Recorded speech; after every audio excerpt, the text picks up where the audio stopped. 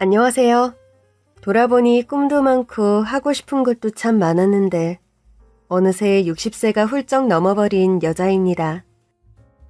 평소에 여러분들의 사연을 귀 기울여 듣는 사람인데요. 참 세상에는 별의 별일이 다 있더라고요. 너무도 기막힌 일을 다 겪은 지금 청취자 여러분들에게 제 사연을 들려주고 싶어 이렇게 글을 적어보냅니다. 제 이야기 듣고 고생했다, 열심히 살았다, 이런 격려 한마디 해주시면 큰 위로와 힘이 될 것 같습니다. 저는 시골에서 태어났어요. 공기가 맑고 깨끗한 곳이었거든요. 밤에 하늘을 보면 까만 하늘을 수놓은 별들이 쏟아질 것처럼 빛나던 게 생각이 나요. 우리 아버지는 막내딸인 저를 참 예뻐하셨어요. 위로는 오빠가 있었는데 남자는 고생하면서 커야 한다고 하고 딸은 고생을 모르고 살아야 한다는 게 우리 아버지 철학이었네요.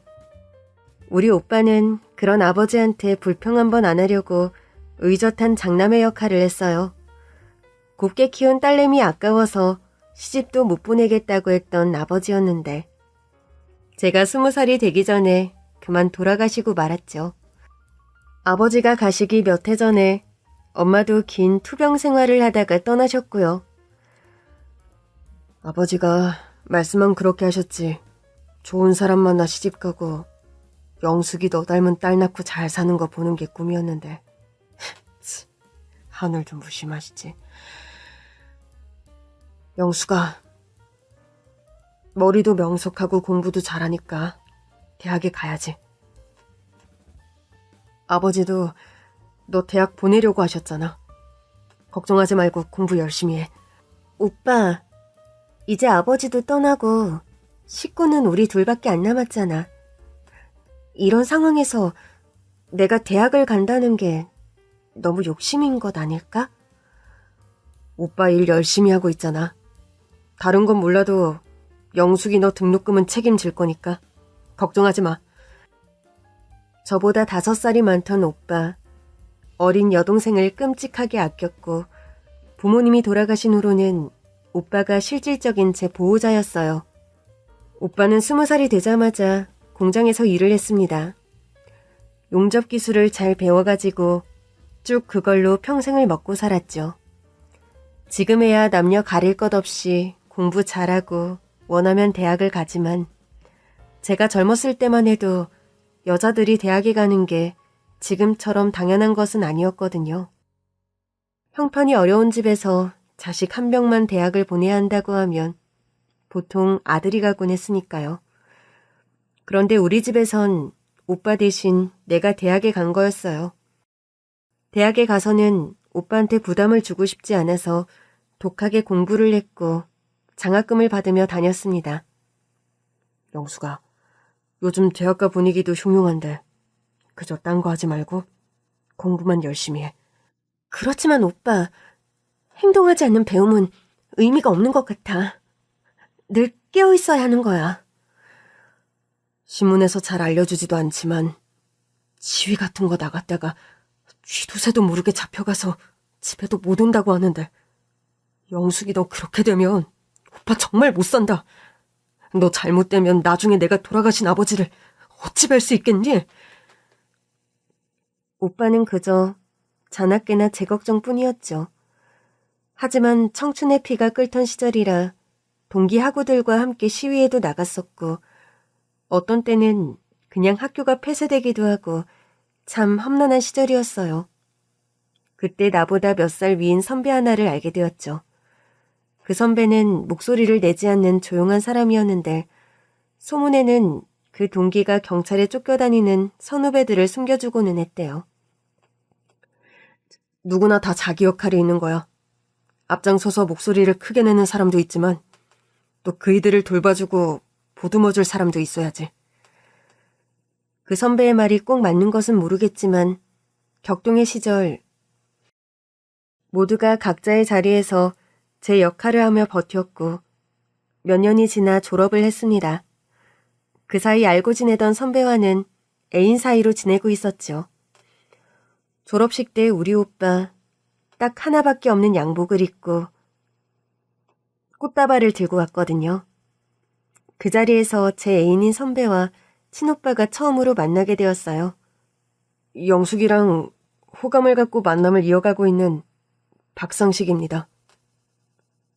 우리 영숙이랑 만난 지가 얼마나 됐어요? 이제 1년이 좀 안 됐습니다. 저는 영숙이보다 먼저 졸업을 해서 이제 막 취업을 했고 사회생활을 시작했어요. 영숙이한테 말씀 많이 들었습니다. 영숙이를 자식처럼 키워주셨다고요? 참 대단하십니다, 형님. 저도 장남이고 동생이 있지만 형님처럼 동생을 잘 돌보지는 않아서요. 형님 입장에서는 여동생이라 그런가? 저는 1살 아래 남동생이 있는데 둘이 그냥 대면대면하는 정도였거든요. 하여간 남매간에 그렇게 애틋하다고 하니 제가 형님께 잘 보여야겠네요. 잘 부탁드립니다. 둘 다 젊은 나이니 앞으로의 일이 알 수가 없겠지만 어쨌든 만나서 반갑습니다. 내심 오빠가 그 남자를 어떻게 봤는지 궁금했습니다. 왜 남자는 남자가 보면 안다는 말도 있고 하니까요. 집에 가서 슬쩍 물어보니 오빠는 어쩐 일인지 그냥 말을 아끼더라고요. 내가 못 배워서 그런진 모르겠는데 너무 말이 번지르르한 게 영 나랑은 잘 안 맞는 것 같아. 깍듯하고 번듯한 것 같기는 한데 영숙이 네 마음이 중요하지. 너 시집 갈 때 오빠가 부족하지 않게 해서 보낼 건데 아직은 준비가 안 됐으니 뭐든 천천히 생각해라. 오빠는 벌써 시집 이야기를 해. 난 아직은 생각 없어. 이제 막 졸업했는데 힘들게 공부 마쳤으니 직장 얻고 일도 해야지. 걱정하지 마. 그때 A는 건설업계에 취업을 했습니다. 당시 그쪽 업계가 전망이 밝았거든요. 국내에서 개발, 건물 짓는 일도 많았지만 한국 기업이 해외로 많이 진출을 하던 때였거든요. 저도 곧이어 취업을 했죠. 마케팅 광고 업종이었습니다. 사회생활을 막 시작해 적응해가고 있을 무렵 노총각으로 지내던 오빠가 결혼을 했네요. 오빠가 용접일을 하며 종종 가던 식당이 있었는데 올케 언니가 식당에서 일을 하고 있었고 눈이 맞았다고 하더라고요. 올케 언니는 참 수더분하고 마음이 착한 사람이었습니다. 오빠가 저를 자식처럼 생각하고 키운 것을 알기 때문에 올케 언니도 저를 많이 아껴주었어요. 보통 남편이 너무 여동생을 챙기면 아내 입장에서 질투도 하고 그런다는데 우리 집 사정을 생각하면 부모님이 일찍 돌아가신 뒤 남매끼리만 의지하고 살았던 터라 올케 언니도 이해를 하더라고요. 저는 오빠만 있었기 때문에 올케 언니가 생긴 게 너무 좋았습니다. 친언니 마냥 잘 따랐어요. 오빠랑 올케 언니는 살림도 작게 시작했고 둘이 부지런히 일을 하며 아껴 살았습니다. 언니, 이거 언니 선물이에요. 월급 받아가지고 언니 선물 샀어요. 어머 아가씨, 나까지 챙기고 그래요. 정말 고마워요. 식당 일한다며 생전 꾸밈없이 수수하게 다니던 올케 언니한테 머리핀이며 립스틱이며 계절 바뀔 때 옷 같은 걸 사주고는 했죠. 제가 올케 언니랑 잘 지내니 오빠가 참 행복해했어요. 오빠가 행복하니 저도 좋았고요. 1년이 지나 오빠랑 올케 언니 사이에 아들이 태어났고 저한테는 조카가 생겼죠. 원래 아기들한테 큰 관심이 없었는데 조카는 예쁘더라고요. 조카가 태어난 뒤 더 자주 오빠네 집에 가서 시간을 보냈답니다. 저는 그때까지도 대학 선배인 상식 씨와 만나고 있었는데 젊은 사람들이니 헤어질 수도 있다고 생각했던 오빠는 예상보다 연애가 길어지자 차라리 결혼을 하라고 하더라고요. 벌써 4년도 넘질 않았니? 그래도 4년간 잘 만나는 거 보니 둘이 잘 맞는 모양인데 남자 쪽에서 결혼하자는 말은 없니? 너도 벌써 20대 후반이다. 조금만 더 지나면 노처녀가 될 텐데. 그렇게 오래 만나서 결혼 정년기를 다 보내고 헤어져 버리면 네가 손해인 거야. 남자야 나이가 좀 많아도 결혼을 한다마는 여자는 그게 아니잖아. 오빠의 말은 그 시대를 생각하면 틀릴 게 없는 거였죠. 요즘에야 다들 결혼을 늦게 한다고 하지만 그때는 20대 후반만 돼도 노처녀 소리를 들었거든요.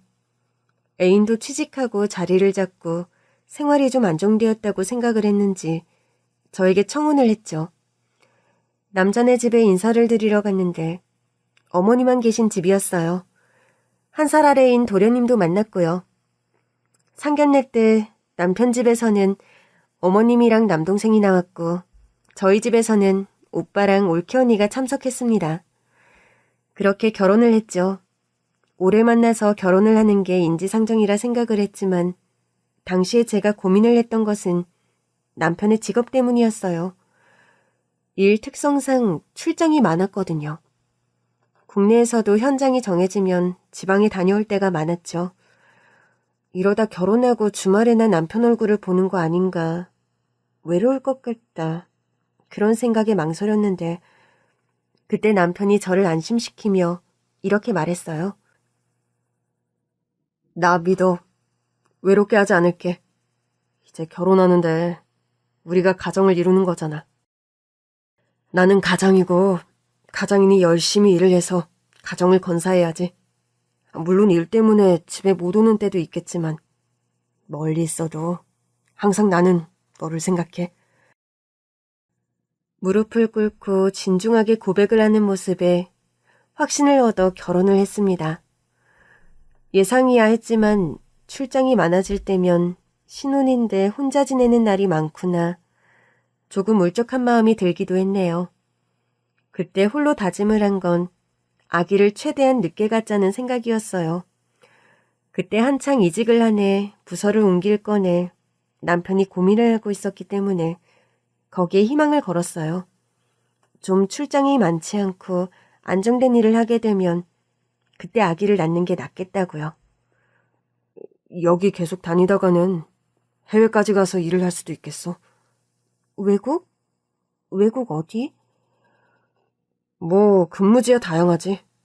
중동 쪽이나 동남아 그런 곳인데 아무래도 이왕 해외 나가려면 미국 같은 선진국으로 가는 게 좋은데 주변에 보니까 해외 파견 근무 배정되면 가족 데리고 다 같이 나가서 몇 년 있다가 오더라고. 동남아랑 중동은 좀 그렇고 서양이라고 하면 같이 나가도 좋지 않겠어? 너도 새로운 세상 경험도 하고. 그래, 뭐 그런 경험을 하면 좋기는 하지.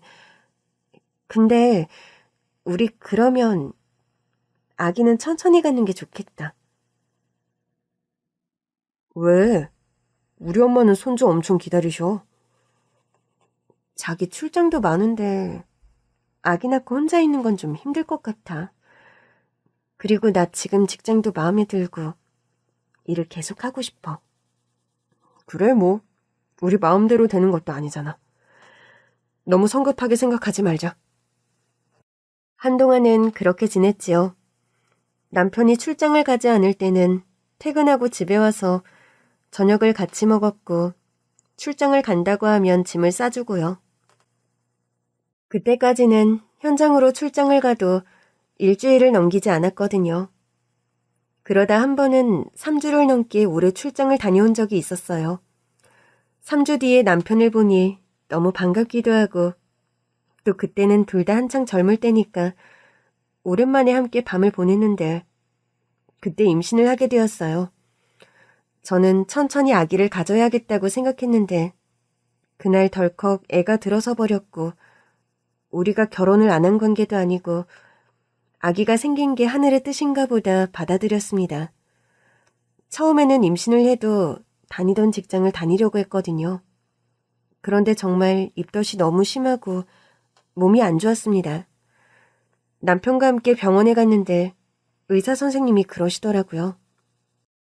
절대 안정이 필요합니다. 아기 집도 작은데 아기 심장 소리도 약합니다. 안정을 취하셔야 해요.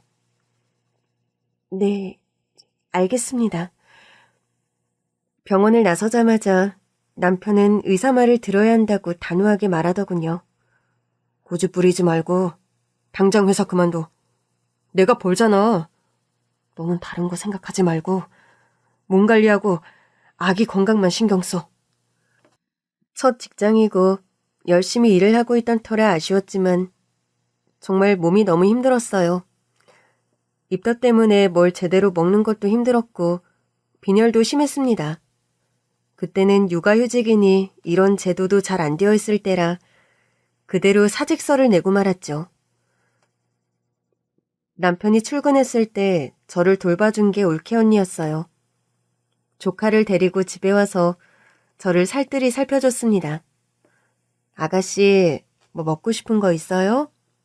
입덧이 심해서 거의 먹지를 못하죠? 아휴, 너무 고생이 많아요. 냄새 심한 거는 못 먹으니까 죽을 좀 끓여왔는데 이거라도 먹어봐요. 오빠가 아가씨 몸이 안 좋다고 해서 걱정이 많아요. 언니도 임신했을 때 이렇게 힘들었어요? 나만 이러는 건지 정말 입덧이 언제 끝날지 모르겠어요. 너무 어지럽고. 저도 입덧을 하긴 했는데 그렇게 길지는 않았어요. 고생해봐서 그게 얼마나 힘든 건지 알아요. 아가씨, 힘들지만 마음을 평안히 하고 잘 쉬어야 해요. 초기 지나고 안정기가 되면 좀 나을 거예요. 몸이 점점 무거워지기는 해도 마음고생은 훨씬 덜해요. 임신을 하니 돌아가신 친정엄마 생각이 참 많이 나더군요. 당시에는 임신하고 친정엄마 보살핌을 받는 여자들이 얼마나 부러웠는지 몰라요. 이런 마음을 알았던 건지 올케 언니가 많은 도움을 줘서 버틸 수가 있었습니다. 제가 임신을 한 뒤에도 남편의 출장은 계속되었죠. 초기에 아기 심장 소리도 약했는데 다행스럽게 아기가 잘 버텨주었고 안정기에 들어서고 시간이 더 지나자 아기의 성별도 알 수 있었어요. 계속 딸이냐 아들이냐 엄청 궁금해하던 남편이라 산부인과 진료 때는 꼭 시간을 내서 따라오더라고요. 아기가 잘 자라고 있네요. 어려운 시기를 잘 넘겨서 다행입니다. 철분도 신경 쓰고 계속 마음을 편안히 가지세요. 선생님, 뱃속의 아기가 아들입니까? 딸입니까? 그걸 말씀드릴 수가 없어서. 아니, 저는 상관이 없습니다. 아들이어도 좋고 딸이어도 좋은데요. 이제 아기용품도 준비를 해야 하는데 아들인지 딸인지 알 수가 없으니 준비가 어렵습니다. 그 아기 옷도 준비하고 양말이랑 다 사야 하는데 파란색을 살까요? 분홍색을 살까요? 조심스럽게 묻는 남편의 질문에 곤란한 표정을 짓던 선생님이 딱 한마디를 했습니다. 분홍색 옷이 아주 잘 어울릴 것 같습니다. 간접적으로 힌트를 준 건데 병원을 나온 뒤 남편의 표정이 그리 밝지 않더라고요. 아들이기를 바랐는데. 그게 무슨 말이야? 좀 전에는 상관없다고 했잖아. 솔직히 말하면 의사가 알려줬을 것 같아? 너도 오빠가 있으니까 잘 알잖아. 장남이 있고 해야 집안이 잘 되고 든든한 법인데. 그렇지. 에이, 하필 들어선 게 딸이라니. 여보, 그렇게 말하지 마. 아들이든 딸이든 우리 아기잖아. 알겠어. 빨리 집에 가자. 이때부터 뭔가 잘못되었다고 생각을 했어요. 그렇게까지 아들을 바라는지는 몰랐습니다. 알고 보니 시어머님이 손자를 무척 바라셨더라고요. 저는 너무 서러웠어요. 나는 아기를 빨리 낳고 싶었던 것도 아닌데. 그런데 모성애가 강한 건지 정말 그 고생을 하며 뱃속에서 잘 자라준 아기한테 애틋한 마음이 컸고 이미 저는 아기를 사랑하게 되었거든요. 아기가 딸이라는 이유로 환영을 받지 못한다고 생각하니 정말 너무 서러웠어요. 그 마음을 꾹 누르고 더욱 아기에게 집중을 했습니다. 공주님, 건강하게 세상에 나오자. 엄마는 우리 공주님이 너무 보고 싶어. 엄마가 많이 사랑해? 그렇게 버티다 보니 어느새 만삭이 되었죠. 출산을 한 달 앞두고 있었는데 남편이 어느 날 집에 돌아와 폭탄 선언을 하더군요. 나 해외로 파견 근무 갈 것 같아. 2주 뒤에 출국이야. 급작스럽게 정해진 건 아니고 내가 말을 좀 늦게 했네. 뭐? 지금 그게 무슨 소리야. 파견 근무라니. 여보, 출산 이제 한 달 남았어. 2주 뒤에 떠난다니. 우리 애기도 안 보고 간다는 거야? 지금 농담하는 거지. 어떻게 그럴 수가 있어, 여보. 지금이라도 회사에 말해봐. 우리 아기 한 달 뒤에 나온다고. 애기 나오는 건 봐야 할 거 아니야. 약하다더니 뱃속에서 잘 버텼잖아. 건강하게 나오겠지. 그리고 애기 나오면 돈도 많이 들어갈 거 아니야. 해외 파견 근무 급여가 더 높아. 다 너랑 애기 생각해서 결정한 거니까 그렇게 알아. 세상이 무너지는 것 같았습니다. 정말 내가 몇 년간 연애를 하고 결혼을 한 사람이 맞는지 외롭지 않게 해주겠다며 자기만 믿으라더니 어떻게 출산이 한 달 남았는데 혼자 해외 파견 근무를 간다고 통보를 하나요? 매일같이 애원하며 부탁했지만 남편은 착착 짐을 정리하며 아랑곳하지 않고 출장 준비를 하더군요. 그렇게 정말 2주 뒤에 남편은 해외 파견 근무를 떠났습니다. 공항에도 나가질 않았어요. 몸이 너무 무거웠고 집에서 배웅을 한 게 전부였습니다. 도착해서 연락할게. 출산 잘하고. 무슨 남한테 하는 소리처럼 말을 하더군요. 그리고 그게 제가 본 남편의 마지막 모습이었습니다. 해외에 도착한 뒤 전화가 왔었고 통화를 했지만 그리 길지 않은 통화였죠. 아기는 예정일에 맞춰 나왔습니다. 병원에는 오빠와 올케 언니가 있었죠. 막 태어난 신생아. 그냥 얼굴이 빨갛고 쭈글쭈글했는데 제 눈에는 그마저도 너무 사랑스럽게 보였습니다. 미애야, 엄마야. 이 세상에 온 걸 환영해? 엄마가 미애 너무 보고 싶었어.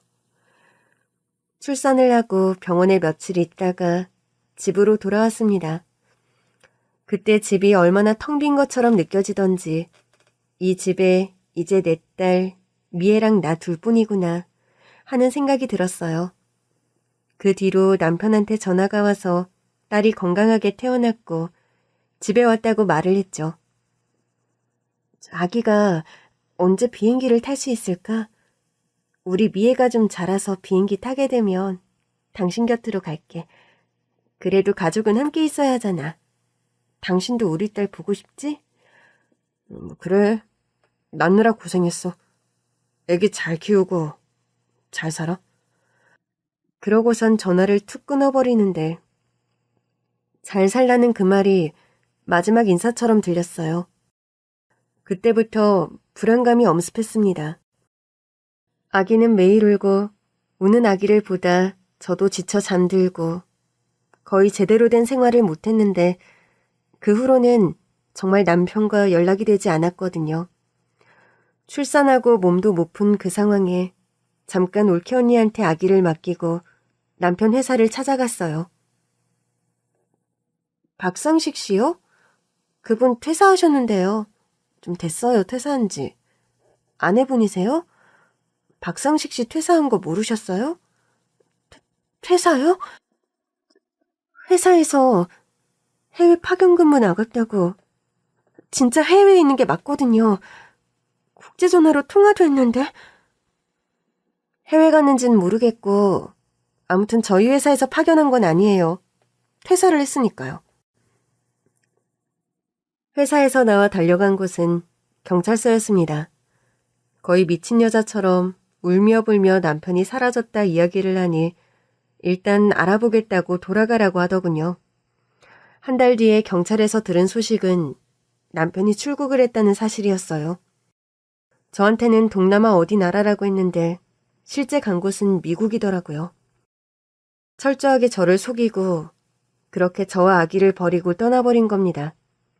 반쯤 정신이 나간 채로 집에 돌아와 오빠와 올케 언니에게 안겨 엉엉 울었네요. 어떻게 이럴 수가 있어?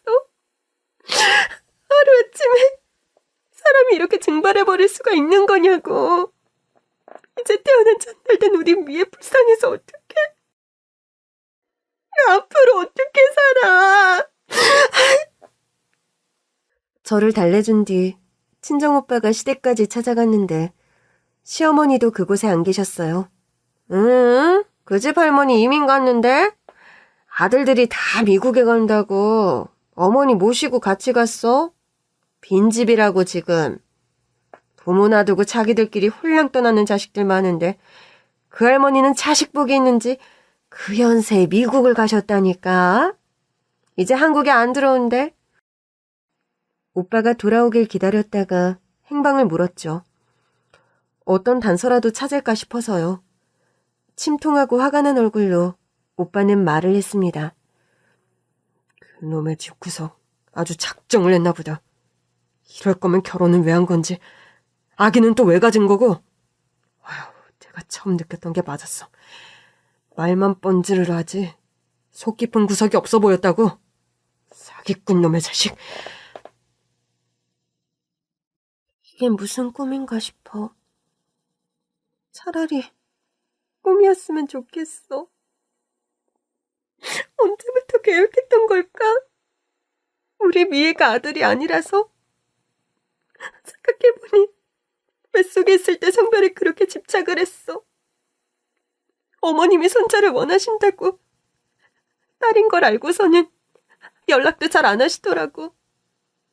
근데 태어난 애가 무슨 죄야? 애는 죄가 없잖아. 그때 거의 인생 바닥을 찍고 무기력한 나날을 보냈거든요. 그래도 애기는 돌봤습니다. 배고프다고 젖달라고 우는 애를 모른 척할 수는 없었어요. 살던 전셋집 하나 딱 남기고 호련히 떠나버린 남편. 친정오빠와 올케 언니 덕분에 그나마 살 수 있었던 것 같습니다. 딸이 아주 어릴 때는 일할 생각도 못하고 모아둔 돈, 오빠의 도움으로 생계를 이어갔고, 딸이 좀 자란 뒤에 올케 언니한테 잠깐씩 애를 맡기고 일을 시작했어요. 언제까지고 오빠한테 생활비를 받아서 살 수는 없었으니까요. 그렇게 아주 천년의 결혼에 트라우마가 생겼고, 남자라면 아주 치가 떨렸습니다. 직장 생활을 하고 딸을 키우며 그렇게 살았습니다. 그래도 고모, 이제 미애가 학교 다니고 하니까 좀 낫죠?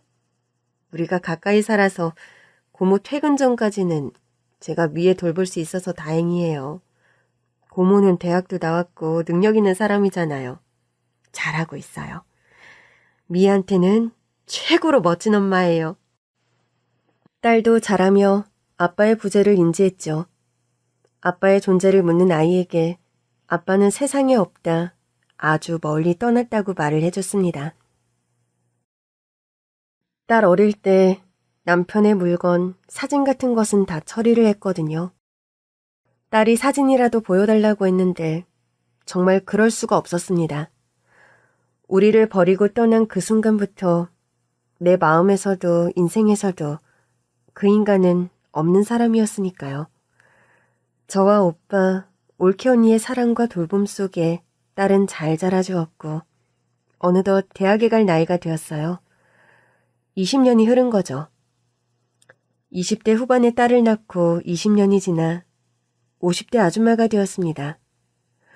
어릴 때 딸은 지아빠를 닮은 듯 했는데 자라면서 얼굴이 변했고 어른이 되니 젊을 때 저를 꼭 닮은 모습이었어요. 우리 딸은 인기도 많아서 좋다고 따라다니는 남자도 있었는데 딸이 연애를 할 때면 마음이 불안하더라고요. 20년이 지났어도 그 버림받았다는 상처는 쉬 치유가 되질 않는 것 같았습니다. 고모, 미애가 얼마 전에 고민을 털어놓았는데 고모랑 이야기 좀 해보려고요. 미애가 올케 언니한테요? 미애 말로는 엄마가 연애하는 걸 너무너무 싫어해서 이제 누구를 만나도 엄마한테는 말하고 싶지가 않다고 그러던데. 미애가 그래요? 언니, 나는 솔직히 두렵고 걱정이 되네요. 세상 천지 나 같은 여자가 어딨어요? 그냥 연애도 아니고 결혼하고 아이까지 가졌는데 그 애가 태어나기 한 달 전에 남편이 감쪽같이 증발을 했잖아요. 내 팔자가 이렇게 기구하다 보니 미애가 누굴 만난다고 하면 그놈은 제대로 된 놈일까? 우리 미애도 착하고 순진해서 그냥 속는 거 아닐까? 그 걱정만 하게 되네요. 고모, 생각해보면 그때 고모도 많이 어렸죠. 그리고 거의 그놈이 첫 남자고 많은 사람을 못 만나봤잖아요. 시대도 변했고 나는 미애가 아예 세상 물정 모르는 것보다 이 사람 저 사람 만나보고 사람 보는 눈도 키워야 하는 게 맞다고 생각해요. 미애 이제 성인이잖아요. 고모 마음은 이해가 가지만 너무 억압하면 미애한테는 더 안 좋을 것 같아서. 나야 미애도 미애인데 고모 걱정돼서 하는 소리죠. 언니 말이 맞네요. 우리 미애는 나처럼 바보같이 살 거 아닌데. 우리 미애는 엄마보다 똑똑한데. 언니 말대로 우리 미애 이제 다 컸는데. 고마워요, 올케 언니. 나한테 말해줘서요. 그때 제 소원은 딱 하나였어요. 절대로 우리 딸이 엄마처럼 살지 않기. 정말 좋은 짝 만나서 평생 같이 살기. 그게 제 유일한 소원이었습니다. 어느 날 딸이 출근을 하고 모처럼 집에서 쉬고 있는데 갑자기 현기증이 너무 심했습니다. 이대로 있다가 큰일 나겠다 싶어 올케 언니한테 전화를 했는데 언니가 집으로 와서는 당장 병원에 가보자고 하더라고요. 큰일이라고 생각을 안 했는데 의사가 여러 검사를 받아보자고 했고 결과는 자궁암 판정을 받았습니다. 그러고 보니 하혈이 좀 있었는데 그걸 대수롭지 않게 생각했어요. 크게 통증이 있거나 하지 않았거든요. 일기 말이라고 했고 진단에 따라서는 2기로 볼 수도 있다고 치료를 시작해야 한다고 하더군요. 그때부터 치료를 시작했습니다. 고통스러웠지만 견딜 수 있었던 것은 딸 때문이었죠. 딸이 26살이 되었을 때 저한테 결혼하고 싶은 남자가 있다고 하더라고요. 1년 넘게 만났고 남자가 4살이 많은데 속이 깊고 마음이 너그럽고 다정한 사람이라고요. 그래서 엄마, 결혼은 내년 정도에 하려고 해요. 엄마 치료 잘 받고 견디고 계신데 엄마가 조금이라도 건강하실 때 결혼을 하는 게 좋을 것 같아서. 그래, 엄마 소원이 미애야. 우리 미애가 엄마같이 살지 않는 거. 좋은 짝 만나서 사랑받으며 사는 거였거든. 소원이 하나 더 생겼네. 내가 우리 미애 좋은 사람 만나서 행복하게 사는 거 보고 가는 거. 그래야겠다. 몇 주 뒤 딸과 결혼한다던 남자가 인사를 받는데 정말 그냥 곰돌이같이 참 순한 인상이었어요. 딱 봐도 미애 말을 잘 따라주고 자기 주장 의견 내세우면서 강요하지 않는 그런 사람. 그리고 그 집도 아버지가 안 계신다고 하더군요. 나처럼 여자 혼자 아이를 키운 거였습니다. 나는 딸이니까 내가 키웠지만 여자 혼자 아들 키우기 쉽지 않았을 건데 그런 생각이 들었고 몇 달 뒤 상견례까지 하게 되었어요. 그때는 치료 후 다시 머리가 나고 있었는데 좀 짧아서 가발을 쓰고 갔죠. 단촐하게 사돈 댁도 그쪽 어머니와 사위, 우리 집에서는 딸이랑 제가 나갔습니다. 만약 사돈댁이 부모님이 다 계시고 형제들이 나온다고 하면 친정오빠 올케 언니와 함께 나갈 생각이었는데 그냥 양가 엄마들이 만나는 걸로 상견례를 하게 되었네요. 제가 태어난 지 한 달도 안 된 딸을 혼자 키운 것과 달리 사돈어른은 사위가 고등학생이었을 때 돌아가셨다고 하더군요. 사별을 했다고 하는데 차라리 사별이 낫지 딸이 아빠 얼굴도 모르고 자란 걸 말하는 게 괜히 미치는 것 같아서 말하기가 꺼려졌습니다.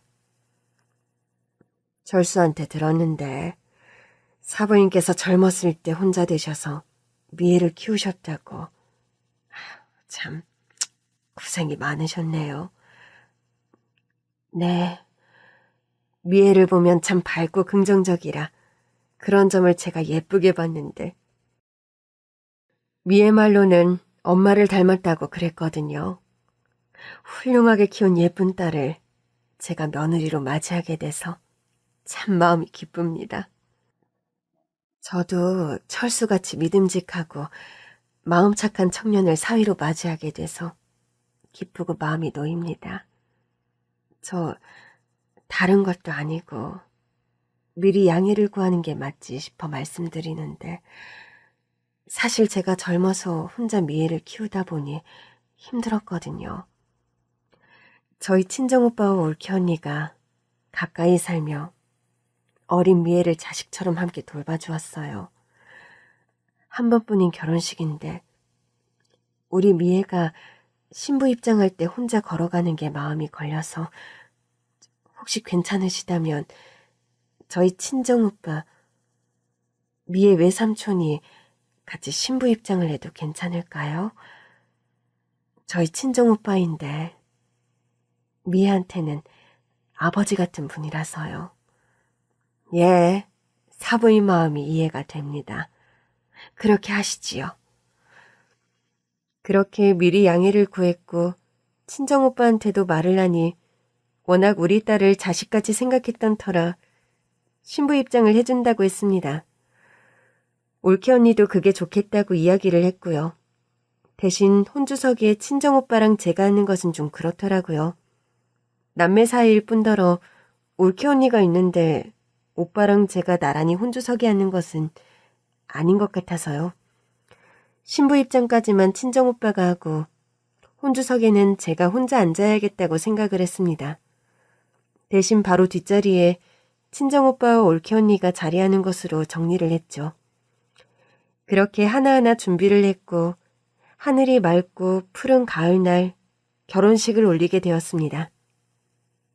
오늘 날이 맑고 참 깨끗하다.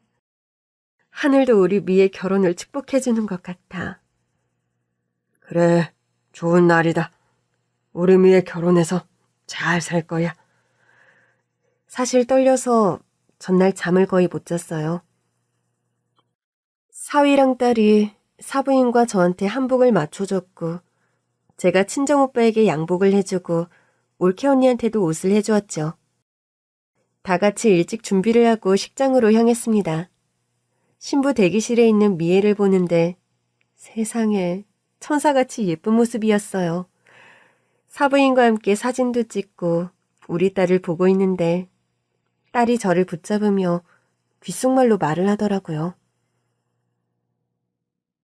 엄마, 내가 그동안 정신없어서 말을 못했는데 오늘 결혼식 때 철수 씨 아버님 안 계시잖아. 근데 오늘 혼주석에는 다른 분 앉힌대.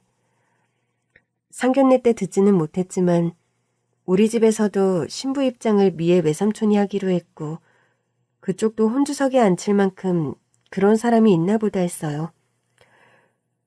식 당일에 들어서 좀 당황스러웠지만요. 사진 찍고 나서 정말 바빠져서 오래 생각할 겨를도 없었네요. 사부인과 함께 화촉에 불을 밝히고 혼주석에 가서 앉았어요. 그때서야 사위 쪽 혼주석에 누가 앉는다는 말이 생각이 나 살짝 고개를 돌려 그쪽을 바라봤는데 전 정말 그 자리에서 숨이 멎는 줄 알았습니다. 27년 전 나랑 우리 딸을 버리고 떠난 남편. 전 남편이 사부인 옆 혼주석에 떡하니 앉아있는 거예요. 심장이 쿵쿵 뛰고 손에 땀이 나기 시작하는데 벌써 식은 시작되었고 신랑 입장에 이어 신부 입장 시간이 되었어요. 우리 친정오빠 손을 잡고 입장한 우리 딸. 한순간 한순간을 놓치고 싶지 않았는데 머릿속은 온통 사위 쪽 혼주석에 앉은 남자 생각뿐이었어요. 세월이 27년이 지났지만 전 남편의 얼굴이 남아있었거든요. 어떻게 결혼식을 버텼는지 모르겠습니다. 식이 끝나자마자 식장을 나오는데 혼주석에 있던 전 남편이 저에게 다가와 말을 하는데 저는 이성을 잃고 말았습니다. 윤영숙 씨 맞네요. 27년이나 지났지만 그리고 오래전에 배웠지만 젊을 때 그 얼굴이 남아있으세요. 여기가 어디라고 나타나.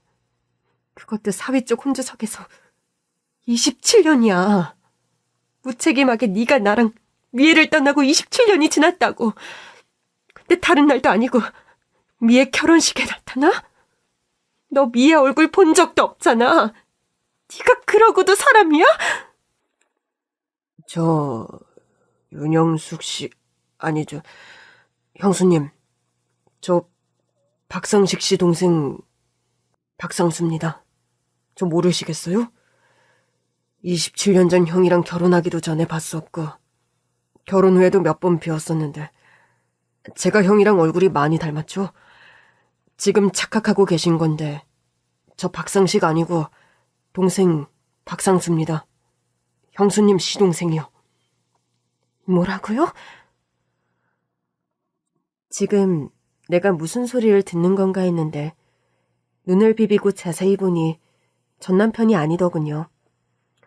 그러니까 전 남편과 닮아서 멀리 저쪽 자리에서 볼 때는 틀림없이 전 남편인 줄 알았는데 그것 때문에 결혼식 내내 집중을 못하고 땀을 쏟고 쓰러질 뻔했는데 다시 자세히 보니 너무 오래전이지만 27년 전 봤던 전 남편의 남동생이 맞는 것 같았어요. 이게 도대체 어떻게 된 일인지 그때 사부인이 다가와 깜짝 놀라더라고요. 아니지, 사부인. 두 분이 아는 사이세요? 어떻게... 저야말로 궁금하네요, 사부인. 이분, 그러니까 박상수 씨를 어떻게 아는 사이길래 박상수 씨가 오늘 혼주석에까지 앉으신 건가요? 어머나, 아유, 미회통에 못 들으셨나 보군요. 제가 직접 말씀을 드릴 걸 그랬어요. 미애한테 꼭 사부인께 미리 말씀드리고 양해 구한다 했는데 미애가 말하는 걸 잊었나 보네요. 여기 박상수 씨는 제 남편의 오랜 지인이에요. 그리고 거의 우리 철수한테는 그러니까 아버지격인 분이시지요. 제 남편이 세상을 떠났을 때도 장례식장을 가족처럼 지켰고 그 뒤로 우리 생활에도 많은 도움을 주셨어요. 특히나 우리 철수 대학 공부며 유학도 지원해줬고 정말 우리 철수한테는 아버지 같은 분이라 저도 처음에는 혼주석에 모실 생각은 없었어요. 박상수 씨께서 해외에 거주하시는 기간이 길어서요. 그런데 마침 얼마 전 한국에 들어오게 됐고 결혼 소식을 전하다가 고마운 마음에 혼주석에 모신 거예요. 미애한테도 이야기를 했는데 철수한테 아버지 같은 분을 혼주석에 모실 거라고요. 그나저나 두 분은 어떻게 하시는 거예요? 어디서부터 뭘 어떻게 말해야 하는지 머리가 아파왔는데 27년 만에 본 시동생이 꼭 할 이야기가 있다며 시간을 내달라고 간곡하게 부탁을 해서 이야기를 따로 하게 되었습니다. 형수님, 제가 형수님이라고 부르는 게 싫으시겠죠? 윤영숙 씨, 형을 대신해서 제가 사죄드립니다. 용서해 주세요. 그런데 믿기지 않으시겠지만 저랑 저희 어머니는 이런 사정을 까마득히 아예 몰랐답니다. 정말이에요. 그게 말이 되나요? 결혼하고 저 임신까지 했는데 나한테 말도 안 하고 회사 그만두고 그냥 하루아침에 사라진 사람이에요. 그때 우리 친정오빠가 어머님 댁까지 찾아갔는데 어머님도 미국으로 떠났다고, 온 가족이 다 미국에 갔다고 그리 말하더래요. 어떻게 모를 수가 있어요? 지금 그걸 나한테 믿으라고 하는 소리예요? 그 당시에 다 미국으로 떠난 건 맞습니다. 제가 일 때문에 미국에 가게 됐고 거기서 살 생각은 없었는데 사업을 하게 되어 생각보다 체류 기간이 길어졌어요. 형한테도 형수와 함께 미국에 같이 올 생각이 없느냐 그랬는데 형 말로는 형수랑 이혼을 했다고 하더라고요. 아기도 유산됐고 형수랑 살 수가 없다. 매일 바가지를 긁고 폭언을 하고, 그동안 어머니 걱정하실까 말은 안 했는데 결혼을 잘못했다고, 아기 유산되고 형수도 미련 없다고 해서 합의이혼을 했다고 그러더라고요. 멀리 있어 소식을 잘 몰랐는데 그 말을 듣고서 저도 그러면 아예 어머니 같이 모시고 미국에 오라고 했죠. 어머님이 그래도 며느리였고 아기까지 잃었다고 하는데 헤어지는 마당에 얼굴 보고 이야기를 해야 하는 거 아니냐고 했는데 형이 다 알아서 했다고, 다 끝난 사이고 그쪽 친정오빠도 보통이 아니라 무슨 짓을 할지 모른다고, 그냥 정리하고 떠나는 게 맞다고. 그래가지고 어머니도 급히 정리하시고 형이랑 같이 미국에 오셨어요. 그래서 거의 10년을 넘게 미국에서 한국으로 들어가질 않았습니다. 그리고 그때 지금 형수님 사위인 철수 아버지를 알게 됐는데 참 많은 도움을 받았어요. 저는 미국에서, 철수 아버지는 한국에서 같이 사업을 했고, 철수가 그때는 어렸거든요. 호영호자 하듯이 지냈어요. 저도 한국 들어올 때마다 철수네 식구를 보고 철수네 가족이 미국 올 때도 시간을 보냈고요. 나중에 철수 아버지, 형님 돌아가시고 철수 미국에서 몇 년 유학할 때도 제가 데리고 있었습니다. 아무튼 정말 그 긴 세월 동안 형 말만 듣고 형수님이 천하의 악초라고 그렇게 인연이 끊어진 줄로만 알고 살았는데. 그런데요, 박성식 그 인간이 이제야 사실을 말하던가요? 사실 정식 이혼도 안 했고 아기도 멀쩡한데 그 인간이 정신이 나가서 만삭 임산부를 내버려두고 행방불명된 거를 이야기했냐고요. 얼굴도 한 번 안 본 딸 결혼을 하니 뭐 대신 다녀와라 그러던가요? 다시 말씀드리지만 그래서 온 것은 아닙니다. 저는 철수 엄마의 부탁을 받고 철수를 정말 제 자식처럼 생각했으니 돌아가신 형님 생각하며 대신 운주석 자리를 채워준 것뿐이에요. 원래는 형님이 앉으셔야 할 자리가 맞는데 그건 정말 아니고요. 사실 저희 형 박성식 씨 1년 전에 세상을 떠났습니다. 박성식이 죽었다고요? 아휴, 저 자식을 버리고 가족도 속이고 그렇게 미국에 왔으면 잘 살 것이지.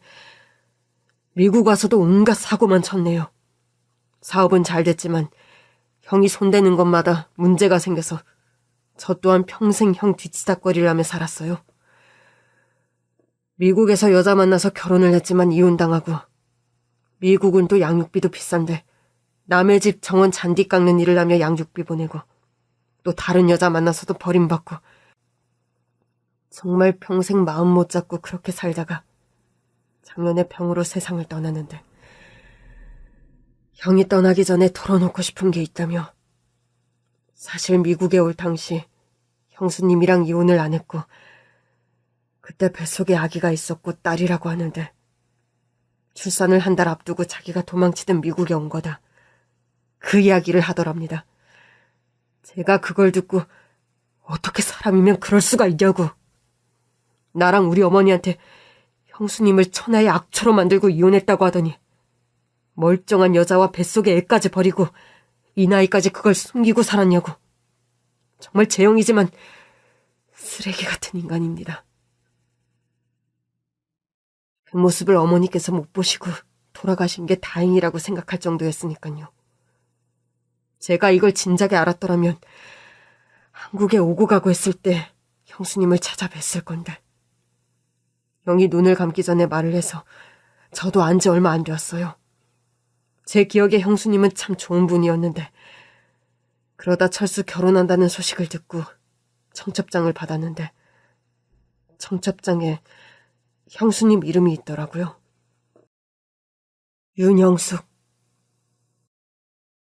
저는 처음에 정말 동명이인인 줄 알았어요. 철수한테 조용히 물으니 아버지가 일찍이 떠났고 어머니 혼자 키웠다고 참 바르고 착한 아가씨라고 하면서 사진을 보여줬는데 미애 얼굴을 보니 그 27년 전 제가 알던 형수님 얼굴이 보이고 기억이 나더라고요. 그래도 설마 했습니다. 그게 정말 형수님이고 미애가 제 조카라는 거. 만약 그게 맞다면 어쩌면 이것은 형이 진 빚을 나라도 갚아야 한다는 하늘의 뜻이다. 그렇게 생각을 했어요. 형수님, 27년이 지나 옛 얼굴은 희미하지만 형수님이 맞네요. 그리고 제가 형을 많이 닮았는데 형수님이 저를 형으로 생각할 줄 미처 몰랐습니다. 놀라게 해서 죄송합니다. 다시금 제가 용서를 구합니다. 우리 형, 문제적 인간. 박상식이 한 짓 용서해달라고는 말 안 할게요. 저라도 용서가 안 될 것 같아요. 그 인간이 왜 그렇게 한 건지 저도 이유를 모르겠습니다. 그냥 제가 미국에서 일이 잘 되는 것 같으니 거기에 숟가락 얹고 싶은 마음에 급히 미국행을 결정한 모양인데 형수님이랑 미애와 함께 왔었어야죠. 용서하지 마세요. 하지만 제가, 그래도 한때 가족이었던 제가 지금이라도 보답을 할 길이 있다면 그것은 받아주십시오. 철수 정말 제가 아들처럼 생각해요. 미애가 철수와 결혼을 한다고 하니 저는 정말 둘이 잘 살았으면 좋겠습니다. 돌아가신 철수 아버지도 제가 그러길 바랄 거예요. 죄송합니다. 박상식 그 인간, 형수님이랑 미애 그렇게 두고 편히 살지 않았어요. 등신 같아가지고 한평생 일만 버리고 고생만 하다가 병으로 고통스럽게 떠났어요. 근데 그런 것도 가족이라고 늘 형 불쌍하게만 생각한 어머님 때문에 제가 수습하면서 형 마지막도 지켰네요. 27년 만에 만난 시동생의 이야기를 다 듣고 마음이 참 복잡했습니다. 잘못한 것은 박상식 그 인간인데 또 그 인간이 벌인 짓을 아무것도 몰랐다고 하는데 그 말이 거짓인 것 같지 않고 아무것도 모른 사람한테 그저 그 인간 가족이라는 이유로 원망을 하는 것도 마음이 그렇지가 않더라고요. 박상식 그 인간을 용서해주세요가 아닌 용서를 하지 말아라.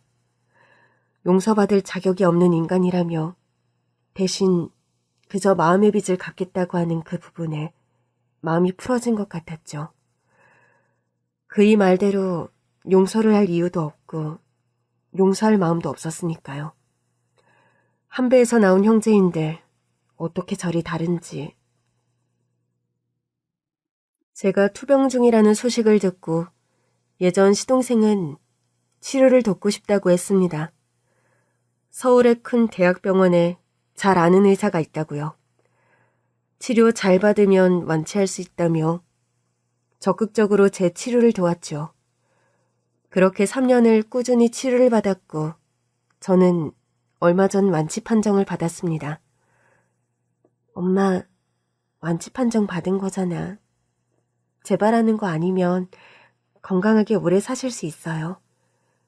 초기에 그래도 발견해서 너무 다행이고 작은 아버님이 많은 도움을 주셔서 정말 다행이에요. 그래, 미애야. 간절히 바라면 소원이라는 것도 이루어지나 보다. 그냥 미애 네가 좋은 사람 만나서 잘 살면 된다고 했는데 사람이 욕심이라는 게 생기니